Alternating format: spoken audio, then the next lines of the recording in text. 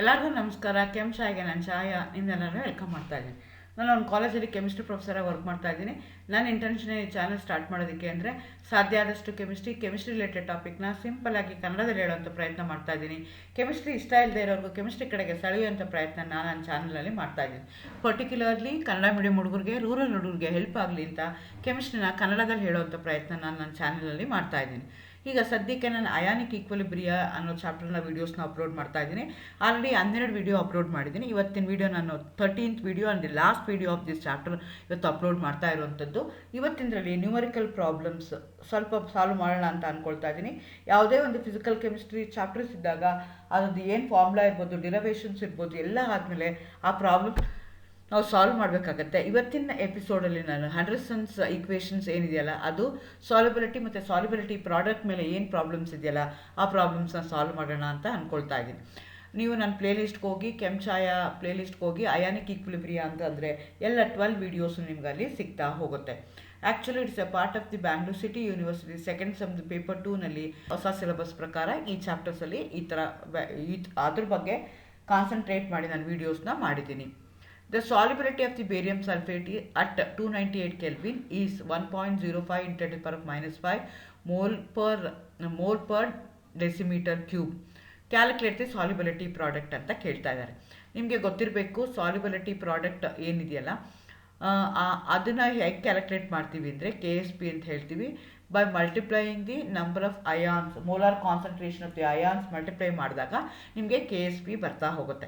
ಈಗ barium sulphate ಇದೆ. At equilibrium barium sulphate get ionised itself into Ba2+ and SO4 2-. So ಹಾಗಾಗಿ equal ions ಇರೋದಕ್ಕೋಸ್ಕರ number of ions same ಇದೆ.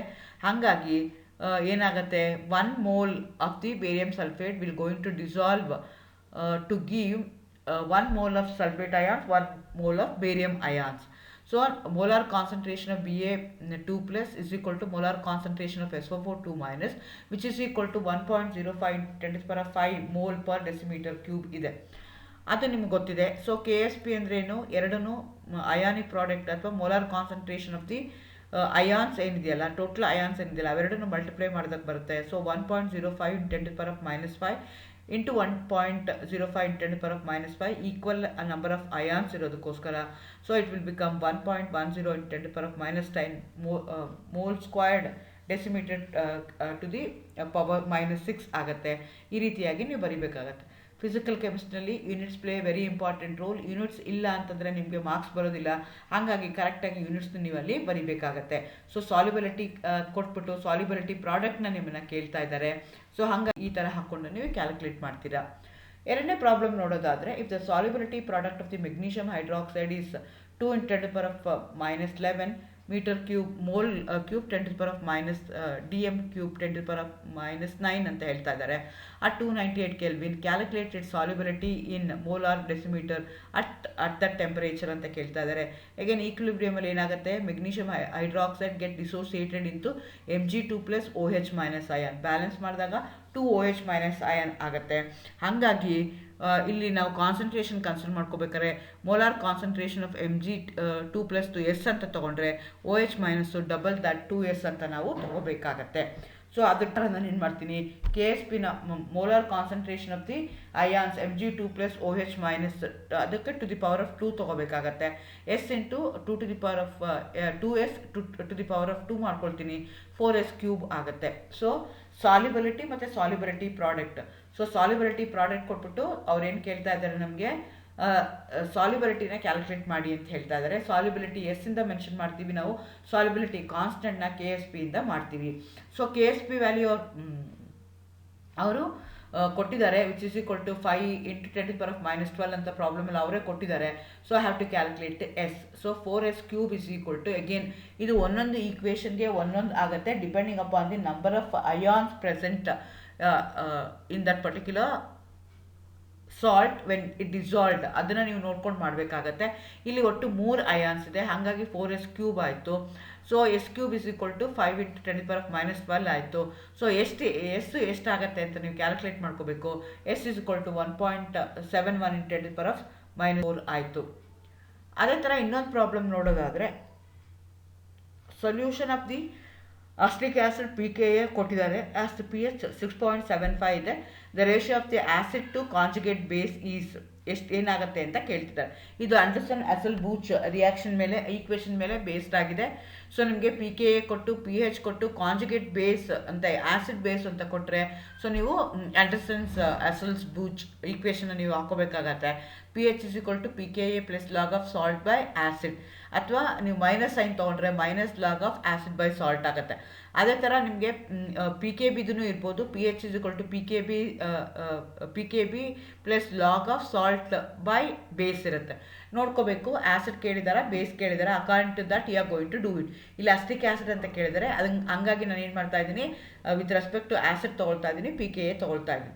pH value ಅವರೇ ಕೊಟ್ಟಿದ್ದಾರೆ 6.75 ಅಂತ, PKA ವ್ಯಾಲ್ಯೂನು ಕೊಟ್ಟಿದ್ದಾರೆ 4.75 ಅಂತ. So I am going to calculate the ratio of acid to conjugate base ಏನಾಗುತ್ತೆ ಅಂತ. Plus log of A- divided by salt, ನನಗೆ A- ಇದೆ, ಆ್ಯಸಿಡ್ ಯಾವುದು ಅಂದರೆ HA ಇದೆ. ಸೊ ಈಗ 6.75 4.75ನ ಸಬ್ಟ್ರಾಕ್ಟ್ ಮಾಡಿದ್ರೆ ಈ ಕಡೆ ತೊಗೊಂಡಾಗ ಈಕ್ವೇಷನಲ್ಲಿ ಈ ಕಡೆ ತೊಗೊಂಡಾಗ ಏನಾಗುತ್ತೆ, 2 ಆಗುತ್ತೆ. 2 = ಲಾಗ್ ಆಫ್ ಮೈನಸ್ ಅದೇ salt by acid base to acid ratio ಏನಿದೆಯೋ ಅದನ್ನು ಹಾಕ್ಕೊಳ್ತೀನಿ. ಸೊ ನಿಮಗೆ ಲಾಗ್ ಆಫ್ 2ನ ತೊಗೊಂಡ್ರೆ ಅವಾಗ ಏನಾಗುತ್ತೆ, 10² ಆಗುತ್ತೆ, A- HA ಆಗುತ್ತೆ, which is equal to 100. So ಅವ್ರು ಏನು ಕೇಳ್ತಾ ಇದ್ದಾರೆ, ನಮಗೆ ratio to acid to conjugate base ಕೇಳ್ತಾ ಇದ್ದಾರೆ. So acid to conjugate base ಏನಾಗುತ್ತೆ ಅಂದರೆ ಅದು ಏನು ಬಂದಿದೆಯಲ್ಲ ವ್ಯಾಲ್ಯೂ, ಅದಕ್ಕೆ ರೆಸಿಪ್ರೋಕಲ್ ನಾವು ತೊಗೋಬೇಕಾಗತ್ತೆ. HA ಡಿವೈಡೆಡ್ ಬೈ A- ತೊಗೋಬೇಕು. ಹಾಗಾಗಿ 1 - 100 ಅಂತ ತೊಗೊಳ್ತೀವಿ. ಇಲ್ಲ ಅಂತಂದರೆ 0.01 ಅಂತ ನಾವು ತೊಗೊಳ್ತೀವಿ. ಈ ರೀತಿಯಾಗಿ ಕ್ಯಾಲ್ಕುಲೇಟ್ ಮಾಡಬೇಕಾಗತ್ತೆ. ಅದೇ ರೀತಿ calculate the pH of the buffer solution obtained by mixing 0.1 molar acetic acid and 0.1 molar sodium acetate solution in equal quantity ಅಂತ ಹೇಳ್ತಾ ಇದ್ದಾರೆ. Ka ವ್ಯಾಲ್ಯೂ ಕೊಟ್ಟಿದ್ದಾರೆ. Ka of the acetic acid 1.75 × 10⁵ ಅಂತ ಹೇಳಿದ್ದಾರೆ. ಸೊ ನೀವು ಬಫರ್ ಸೊಲ್ಯೂಷನ್ ಅಂದ ತಕ್ಷಣವೇ Anderson equation ನೀವು ಬರಿಬೇಕಾಗುತ್ತೆ.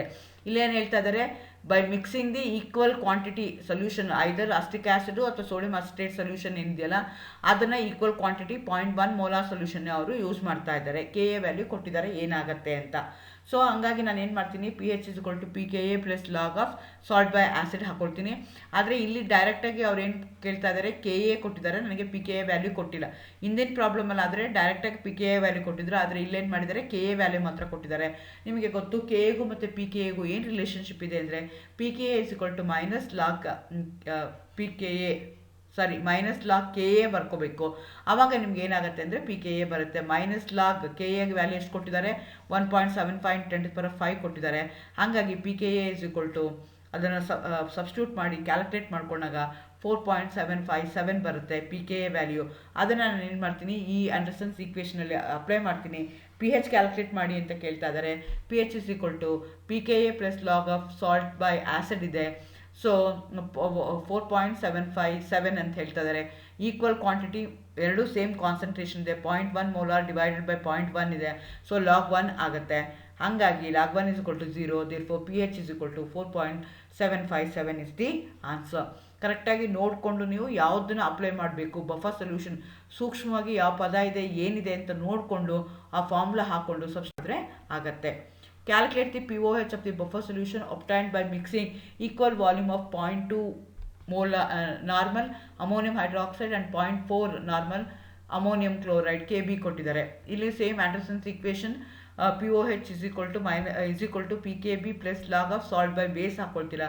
pOH ಅಗೇನ್ ಇಲ್ಲಿ Kb ಕೊಟ್ಟಿದ್ದಾರೆ. ಸೊ ನೀವೇನು ಮಾಡಬೇಕು, PKB ಕ್ಯಾಲ್ಕುಲೇಟ್ ಮಾಡಬೇಕು. PKB is nothing but -log of 1.8 × 10⁻⁵ ಇದೆ. ಹಾಗಾಗಿ Kb ಏನಾಯಿತು ಅಂದರೆ 4.744 ಬರುತ್ತೆ. ಅದನ್ನು ನಾನು ಸಬ್ಸ್ಟಿಟ್ಯೂಟ್ ಮಾಡ್ತೀನಿ. ಲಾಗ್ ಈಗ ನನಗೆ ಸಾಲ್ಟ್ದು ಕಾನ್ಸಂಟ್ರೇಷನ್ ಎಷ್ಟು ಹೇಳ್ತಾ ಇದ್ದಾರೆ, 0.4 ಅಂತ ಹೇಳ್ತಾ ಇದ್ದಾರೆ. ಅದೇ ಥರ ಬೇಸ್ದು ಏನು ಹೇಳ್ತಾ ಇದ್ದಾರೆ, 0.2 ಅಂತ ಹೇಳ್ತಾರೆ. 0.4 ಡಿವೈಡೆಡ್ ಬೈ 0.2 ಅಂತಂದರೆ 2 ಆಗುತ್ತೆ. log 2 0.3010 ಇದೆ. ಅವೆರಡು ಆ್ಯಡ್ ಮಾಡಿದ್ರೆ pOH ಬರುತ್ತೆ 5.045 ಬರುತ್ತೆ. ಕೆಲವು ಸಲ pOH ಬಂದಮೇಲೆ they may also ask you to calculate the pH. ಇದಕ್ಕೇನೆ pH ಕ್ಯಾಲ್ಕುಲೇಟ್ ಮಾಡಿದರೆ ನಿಮಗೆ ಗೊತ್ತು, pH + pOH 14. ಅದನ್ನ ಮೇಲೆ ನೀವೇನು ಮಾಡ್ತೀರಾ, ಅದನ್ನು ಹಾಕ್ಕೊಂಡು ಇದು ಏನು ಬಂದಿದೆಯಲ್ಲ 14 ಸಬ್ಟ್ರಾಕ್ಟ್ ಮಾಡಿದ್ರೆ you are going to get the H value. So ಈ ರೀತಿಯಾಗಿ ಯಾವ ಥರ ಪ್ರಾಬ್ಲಮ್ ಕೇಳ್ತಾ ಇದ್ದಾರೆ, ನಾನು ಯಾವ ಫಾರ್ಮುಲಾ ಹಾಕ್ಕೋಬೇಕು, ಏನು ಹಾಕ್ಕೊಂಡ್ರೆ ನಾನು ಸಬ್ಸ್ಟಿಟ್ಯೂಟ್ ಮಾಡೋಕ್ಕಾಗುತ್ತೆ, ಕೊಟ್ಟಿರೋದೆಲ್ಲ what are the things they have given ಅದನ್ನೆಲ್ಲ ಒಂದು ಕಡೆಗೆ ಸಾರ್ಟ್ ಔಟ್ ಮಾಡಿಕೊಂಡ್ರೆ ಈಸಿಯಾಗಿ ನಿಮಗೆ ಪ್ರಾಬ್ಲಮ್ ಸಾಲ್ವ್ ಮಾಡ್ಕೊಳ್ಳೋಕ್ಕೆ ಸಾಧ್ಯ ಆಗುತ್ತೆ. Thank you, all the best, good luck.